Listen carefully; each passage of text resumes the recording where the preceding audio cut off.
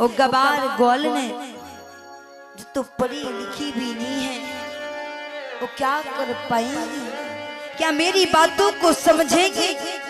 लेकिन जब उधव गए कन्हैया ने अपना पट पीतांबर उड़ा दिया।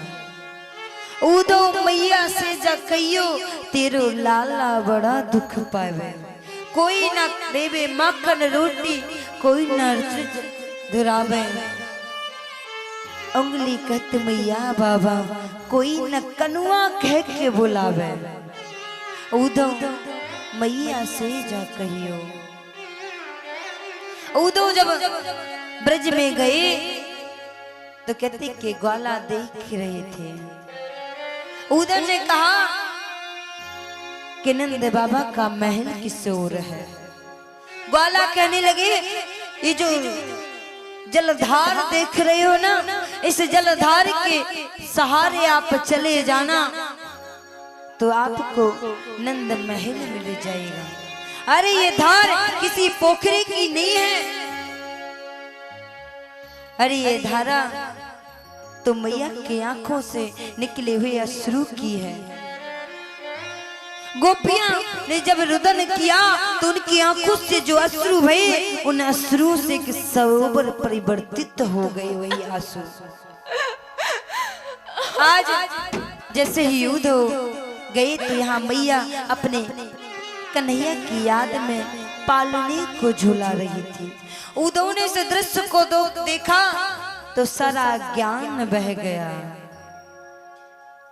मैया ने कहा नंद बाबा और मैया कहने लगे ये बताओ मेरा कान्हा कैसा है, मुझे याद करता है या नहीं। उद्धव ने कहा बाबा जितना मुझे कन्हैया ने बताया था उससे अधिक मैंने पाया। यहाँ सुबह हुई तो उद्धव गोपियों के पास गए, जहां उद्धव गोपियों से कहने लगे अपि स्मरति ना कृष्ण मातरम सुहद सखी गोपान ब्रजम चात्मनाथम गावो वृंदावनम गिर। उद्धव कहते अरे ओ परम पिता परमात्मा तो कण कण में निवास है उस भगवान का।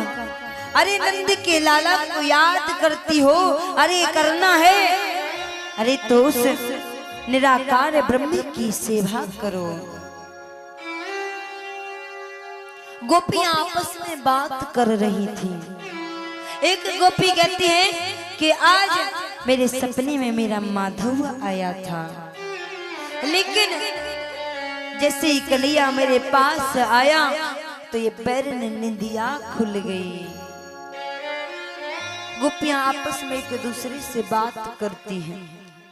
उद्धव खड़े खड़े देख रहे थे कि देखते कि एक भौरा राधा रानी के पैरों पर बैठ गया, बन बनाने लगा, जिसे हम बोलते हैं भ्रमर गीत। गोपियां कहने लगे अरे तू भी तो काले कन्हैया की तरह तू भी एक काला कपटी है, क्यों तेरा रंग भी तो काला है। जिस तरह से कन्हैया प्रेम करके हम सबको छोड़ करके चला गया, तू भी तो यही करता है, फूलों से पराग लेकर के अपना पराग छोड़ करके भाग जाता है। वो भौरा कहने लगा मेरा इसमें क्या कसूर, अरे तुम्हें पता नहीं कि कन्हैया तुम सभी की यादों में कितना रोता है। भौरा जाने लगा तो गोपियां कहती हैं मैं कान पकड़ करके क्षमा मांगती हूँ, वापस आ जाओ। आज इस तरह से बड़े सुंदर उद्धव प्रसंग को श्री सुखदेव जी महाराज श्रवण कराते, कहते ना माता न पिता तस्य ना भार्या न सुता दया नात्मियो न पश्चामि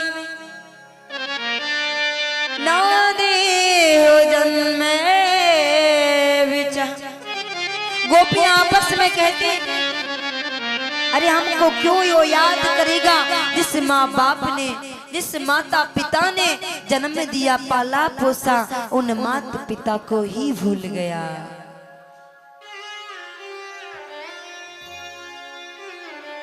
गोपियां उद्धव से कहेंगी, उद्धव तुम कहते हो कि निराकार पर ब्रह्म की सेवा करो,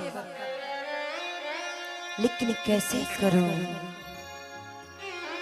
उद्धव मन्ना भय 10-20, एक के हाथों सो गयो श्याम संग को आराधे। उद्धव मेरे मन 10-20 नहीं है, मेरा मन तो एक ही है, और वो मन श्याम के साथ चला गया। यदि 10-20 होते तो मैं शायद से मन को उस पर ब्रह्म में लगा देती। जिस तरह से एक लकड़ी में आग छुपी रहती है, ठीक उसी तरह भक्तों के हृदय में रोम रोम में उस माधव का वास है। बड़े सुंदर कहते कि उद्धव कहते थे कि वापस लौट आऊंगा 2 घंटे में, लेकिन यहाँ 6 महीने बीत गए। आगे चल करके उद्धव जब मथुरा में गए तो यहाँ कन्हैया से कहने लगी, तू कितना निठुर है।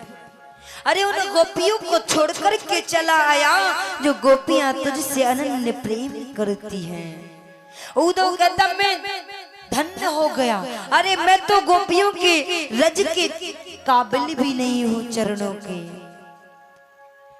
उद्धव के ज्ञान का पिटारा टूट गया। आगे चल करके श्री सुखदेव जी महाराज कहते, राजन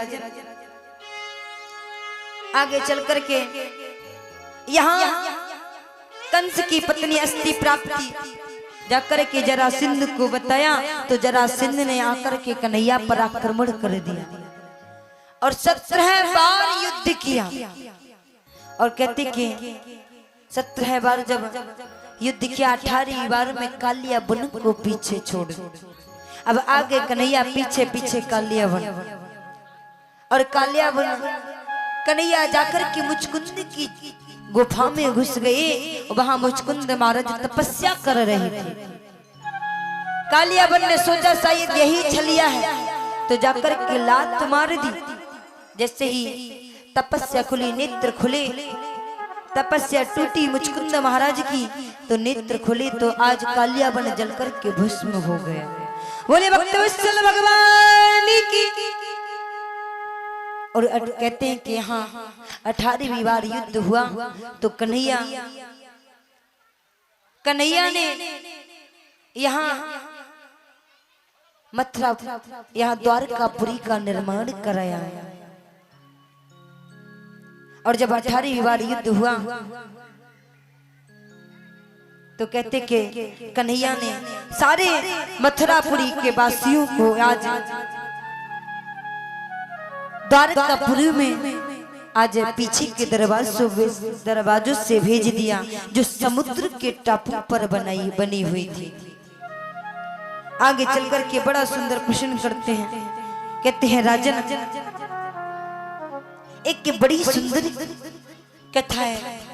राजा परिचित कहने लगे, प्रभु मैंने तो सुना कि भगवान के विवाह हुए हैं। तो श्री सुखदेव जी महाराज बड़ा सुंदर वर्णन करते हैं। राजा सीधे भीष्म को नाम विदर्भ अधिपति महान, तस्य पंचाभवं पुत्रा कन्यका च वरानना। श्री सुखदेव जी महाराज कहते, राजन विदर्भ देश के राजा भीष्म जो कुंडनपुर के राजा थे, उनकी एक बेटी थी जिनका नाम था रुक्मणी, और भीष्म के 5 बेटे थे। रुक्मी, रुक्मरत, रुक्मबाहु, रुक्मकेशी तथा रुक्ममाली। इन 5 भाइयों में इकलौती बहन थी रुक्मणी। कहते कि यहाँ नारद आदि महात्माओं के द्वारा राजा भीष्म को लगा कि मेरी बेटी विवाह की योग्य हो गई है। तो राजा भीष्मक ने जैसे ही रुक्मणी मैया के लिए वर के लिए गई तो कन्हैया को चयन किया, लेकिन जब रुक्मी से सलाह ली तो रुक्मी ने मना कर दिया।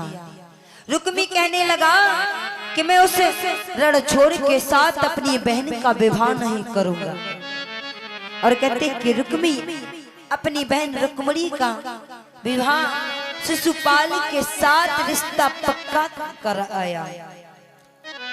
अब जो रस्में होती है और रस्में कहते कि कन्हैया के साथ हुई। रुक्मणी मैया को पता चला तो रुक्मणी मैया ने एक पत्र को लिखा और पत्र को लिख करके ब्राह्मण को दिया और उसमें लिखा कि ये प्रभु, मैंने आपके जब गुणान वादों को सुना तब ही मैंने आपकी सुंदर छवि को अपने हृदय में विराजमान कर लिया।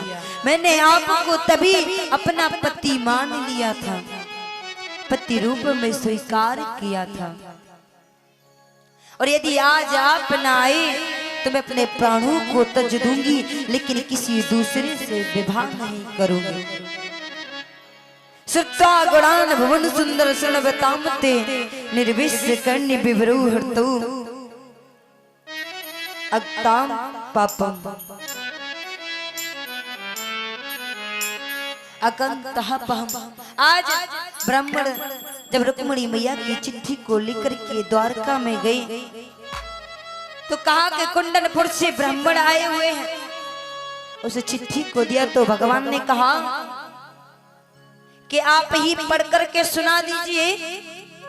तो ब्राह्मण देवता कहने लगे प्रभु मैं सुना नहीं सकता। कहते कि कन्हैया ब्राह्मण के साथ कक्ष में गए और वहां जब चिट्ठी को पढ़ा तो कन्हैया मुस्कुराने लगे। कन्हैया ने कहा चाहता तो मैं भी हूं, लेकिन मैं सोच रहा था कि जब वहां से कुछ संदेशा आए तब कुछ करूं। यहाँ ब्राह्मण के साथ कन्हैया कुंडनपुर की ओर जाने लगे तो दाऊ भैया ने देखा, कहा कन्हैया कहाँ जा रहा है, कहा कन्हैया कुंडनपुर की ओर। तो दाऊ बाबा पीछे पीछे और कन्हैया आगे। वहां से शिशुपाल अपनी बारात को लेकर के आया और यहाँ रुक्मणी मैया गौरी पूजन के लिए मंदिर में जाती हैं, और जैसे ही दुर्भाग्याना में दुर्भाग्याना में दाता नानुकूलो महेश्वरा देवी मुका गौरी रुद्राणी गिरिजा सती। आज रुक्मणी मैया गौरी मैया के मंदिर में गई और जाकर के गौरी मैया से प्रार्थना करने लगी। मन में